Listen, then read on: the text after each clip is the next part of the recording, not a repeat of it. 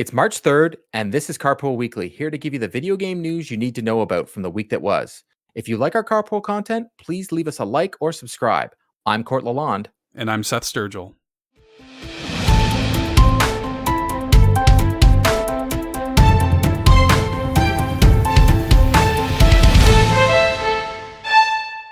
Our first story of the day is Mario Kart Booster Course Pass Wave 4 got a full reveal and release date. Coming March 9th, Wave 4 is bringing us the Fruit Cup, the Boomerang Cup, and Birdo as a returning playable character. This was announced on Twitter. The Fruit Cup includes Amsterdam Drift from Mario Kart Tour, Riverside Park from Mario Kart Super Circuit, DK Summit from Mario Kart Wii, Yoshi's Island, which is a brand new course, and then the Boomerang Cup is bringing us Bangkok Rush from Mario Kart Tour, Singapore Speedway from Mario Kart Tour, Mario Kart Circuit from Mario Kart DS, Waluigi Stadium from Mario Kart Double Dash, and of course we are getting Birdo as a returning playable character, the first new character, and the trailer actually teases that more returning characters are coming to the Booster Course Pass. It is again dropping on March 9th, which is just before Mario Day on March 10th.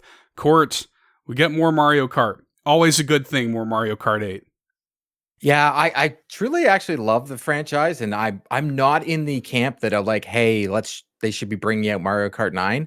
Yeah. I look at this game and I'm like, okay, it is maxed out the graphic capabilities of the Switch. You can't get much better for what is on the Switch, so you don't need to make another game. You just need to add to it. That's all you got to do.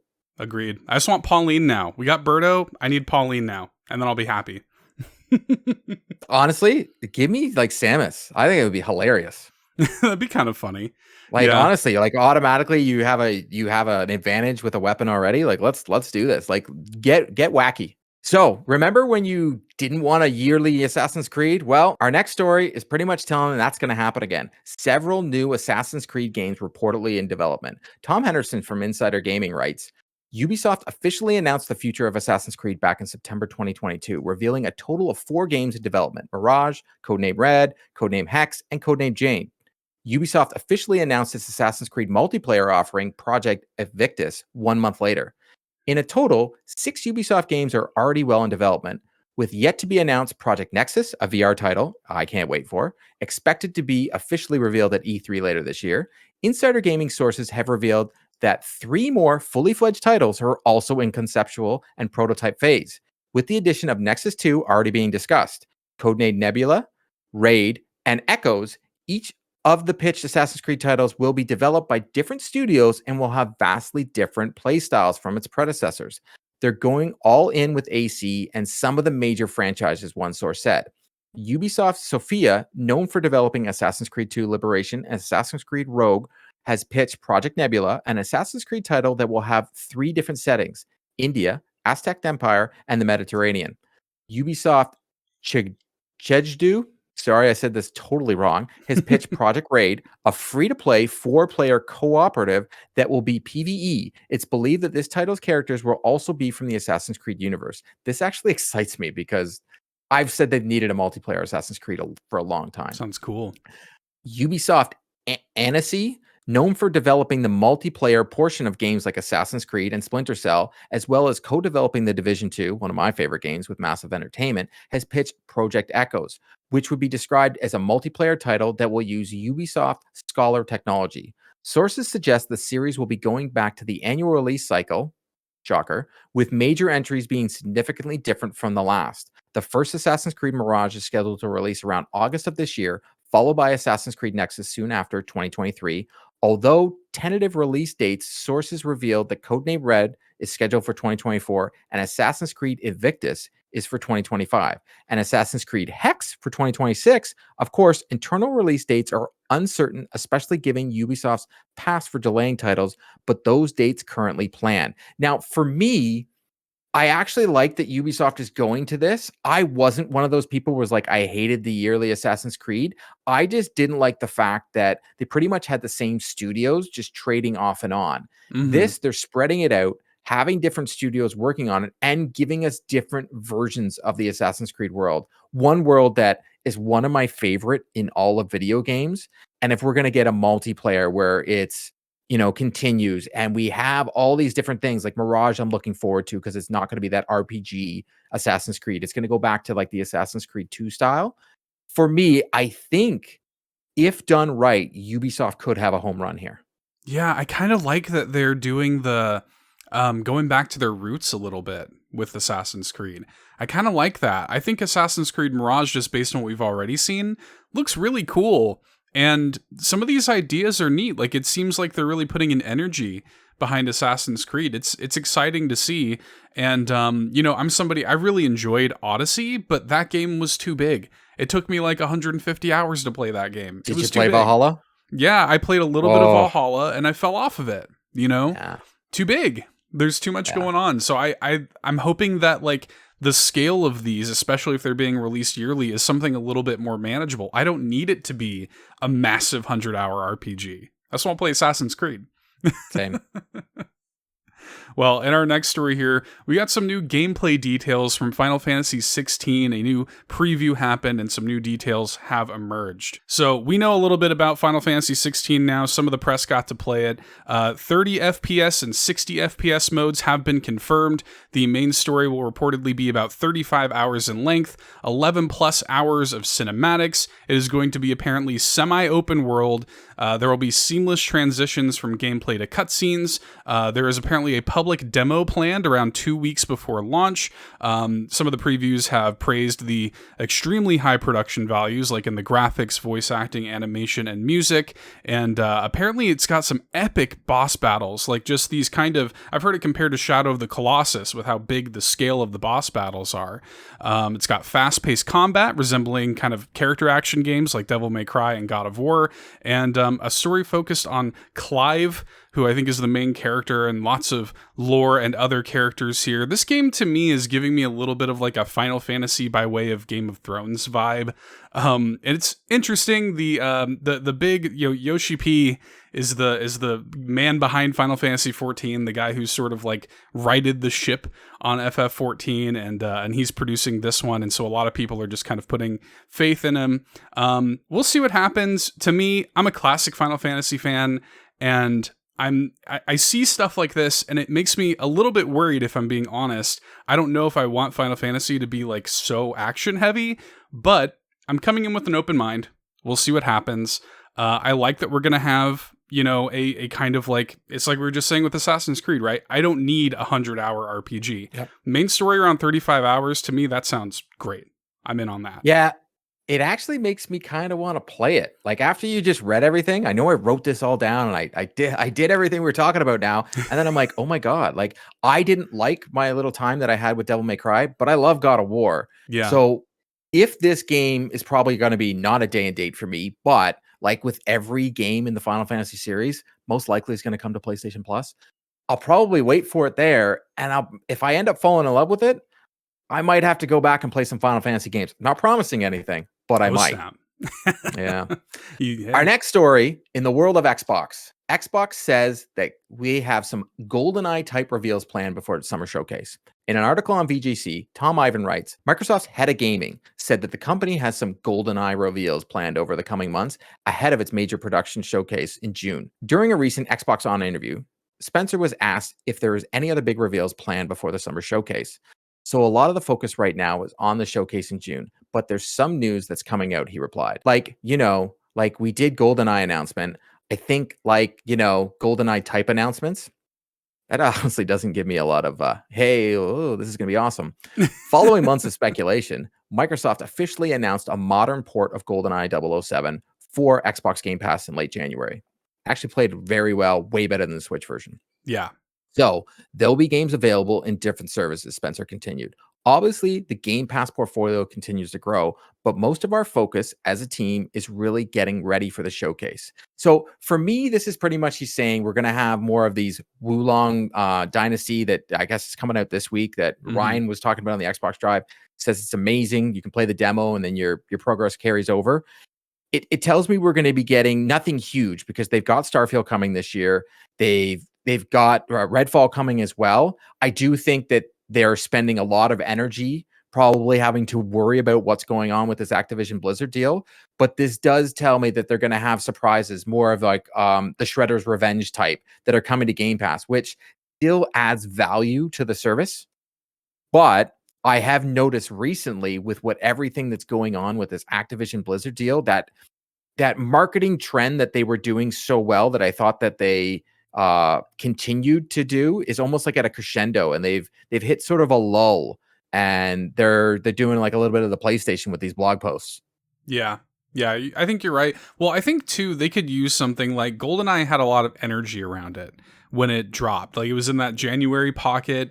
It kind of dominated the news cycle for like the week that it came out. It'd be cool if we saw more stuff like that. I'm hoping what they mean by this quote is that we're going to see some more of the like retro IP that Xbox owns. It'd be really cool to see some of that stuff kind of get this GoldenEye treatment, where they went in, they tweaked it a little bit, especially the controls. It controls, like you said, way better on Xbox than it does on Switch.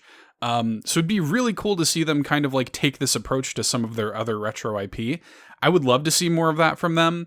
I would love to see them take the same approach to like Perfect Dark or something like that. We'll see what happens. I know we're getting the Starfield showcase, announced basically any day now. I think we're all just I kind thought of it would have waiting. been happened already. Yeah. So I think we're definitely going to get some more Xbox news ahead of the showcase in June. So looking forward to seeing what they have cooking up. But in our next story here, longtime Hitman developer IO Interactive is creating a new IP set to be an online fantasy RPG, which is interesting. In an article on Console Creatures, Dennis Price writes, when you hear the name IO Interactive, you immediately think of the Hitman games, right? Well, it looks like the longtime Hitman developer currently working on a James Bond game might be taking a U-turn with another project. The studio officially announced a new IP known as Project Fantasy, according to a blog post on the developer's website. Now, the difference between this and the studio's past games is that Project Fantasy is set to be an online RPG, and it takes place in a fantasy world very much different from Hitman, right? They said, quote, we are embarking on a new adventure, one that expands our creativity, our capabilities, and in some sense, our identity. We're building a new world and new IP, an online fantasy RPG. A world and a game built from the core to entertain players and expand for many years to come. It feels familiar, yet at the same time, IO Interactive is going on a journey unlike any we've been on before, Hitman developer IO Interactive said in a statement. This idea that a diverse group of individuals with different skills and strengths can work together and become more than the sum of their parts is what inspires us. It inspires the fantasy world we are building, and it inspires how we build it. IO Interactive now spans multiple distinct studios from Copenhagen and Malmö in the north to warm Barcelona in the south. All studios take part in making all our games, including this new endeavor. People from all over the world with diverse personalities and skill sets are coming together to forge a new beginning. This is exciting. I love IO Interactive. I love their games. I love Hitman. I think they've done such a great job. And basically anything they do next is going to be exciting to me. But to see them taking on a completely new IP, this is really cool. Looking forward to this. I am as well, and it's actually hilarious. The whole time you were talking about their very first statement, I was thinking in my mind, did an AI write this? And then I keep hearing like a whole new world, and I'm like, well, Aladdin is now stuck in my head, and an ink ain't coming out. Like, it just insert GIF here of Aladdin flying on the carpet. But I am very excited about their James Bond game, so I really hope that is still coming. But IO Interactive is one of those studios that seems to be hitting their stride and just getting better and better. So if they're going to be making a fantasy RPG, I'm very excited to see what they got up their sleeve. Developers need to start doing things different because that's what they want to do. We can't always ask them, hey, keep putting out the same thing over and over again, because they could get bored. So let them try something different. If it doesn't hit, we know we can always go back to Hitman. In our next story, we got a statement from Luminous Productions. They released it on Twitter, so I'm going to read it here. In an update from Luminous Productions, we have heard the news that Luminous Productions is merging with Square Enix. Beginning on May 1st, our talented team will be joining Square Enix to deliver new, innovative gaming experience to players across the globe. Between now and then, we remain entirely focused on Forspoken. We are currently working on previously announced patches to address overall game performance. We will deliver an update soon. And the DLC, In Tanta We Trust, is on track for release this summer. Thank you again for your patience and support. When we established Luminous Productions in 2018, our vision was to make a AAA games that fuse technology and adversity to deliver completely new play experiences. Having the chance to do that has been a dream come true. We appreciate you taking the journey with us and look forward to continuing to create new entertainment and experience as part of the Square Enix family. This was kind of like a foregone conclusion to me. After Forspoken released, and it didn't really hit. Like, even the demo didn't hit. Like, as I played the demo, I was like, yeah, I ain't looking forward to this game. This is one of those games where I'm like, I'll just wait till it comes to a service and I'll play it there, because it just didn't speak to me. So hopefully they can take this team, because they had a lot of good pieces in the game. It looked good, and they can do something else with it, because the last thing I ever want to hear is when they do these type of things, people lose jobs. Yeah, me too. That's what I'm nervous about. When we were looking at this story, my first thought was like, I hope that this isn't some sort of like hostile takeover merger where like they're essentially buying up the studio and retaining the rights to the IP and just going to shutter it, like turn around and shutter the studio. That's what I hope doesn't happen. Because you don't want talented people, regardless of the reception of Forspoken, you don't want people to be without jobs. And, wishing everybody all the best. I hope this is good news for them. I hope that the optimism in this statement is indicative of what's happening behind the scenes. I wish them all the best. Well, in our top story this week, I know everybody's going to be excited for this one. Elden Ring's first expansion, Shadow of the Erdtree, has been announced. The news came earlier this week, like most news does now, released on Twitter with a simple couple of sentences that set the internet ablaze. It reads, "Rise, tarnished, and let us walk a new path together." An upcoming expansion for hashtag Elden Ring, Shadow of the Erdtree, is currently in development. We hope you look forward to new adventures in the lands between. This was like one of the biggest news stories of the week, and literally all they had to do was say it's coming. It's just 2 sentences. It's crazy. 2 sentences and a picture. That's all they gave. And a picture. That's it. End of story. Go nuts. But what it is like everybody loved Elden Ring. This game totally hit. I think they announced that it sold like an insane amount of copies. And then, like, it won Game of the Year at the Game Awards. Everybody loves this game. I know people who say it's, like, one of the best games ever made. This is exciting for people who are big fans of Elden Ring. For me, I still haven't even played through the entirety of the base game, so I'm not ready for an expansion. But this is exciting for those people out there, of which there are many, who have put in hundreds of hours into this thing already. Yeah, I have never touched the game, because usually these type of games aren't for me. And I've said this before. When the game gets to like a very cheap price, and huge games like this eventually get to that $10, $20 value, I'll probably pick it up just to play it, because I have a feeling in 2023, every time a game releases in its open world, people are going to be like, well, this is what they did in Elden Ring, or they're going to be doing the Breath of the Wild treatment to Elden Ring. And that just tells me that this game is unbelievable. It transcends video games, and more people are talking about it. I wouldn't be surprised if in the next year or two we hear about the Elden Ring TV series. That'd be cool. That'd be interesting. See how that works out. It's got Lord of the Rings vibes a little bit. It definitely does. The visuals of it, I was watching Sean play it once on stream, and I was like, wow, the game looks awesome. Yeah. Looks absolutely awesome, but it punishes the living daylights out of you. And you know what? Life punishes me enough. I don't need it to do it in my video games. Fair point. Fair point. Well, that was another episode of Carpool Weekly. We hope you found the information informative, and please leave comments and give us a like if you think we deserve it. See you next time. Bye, guys.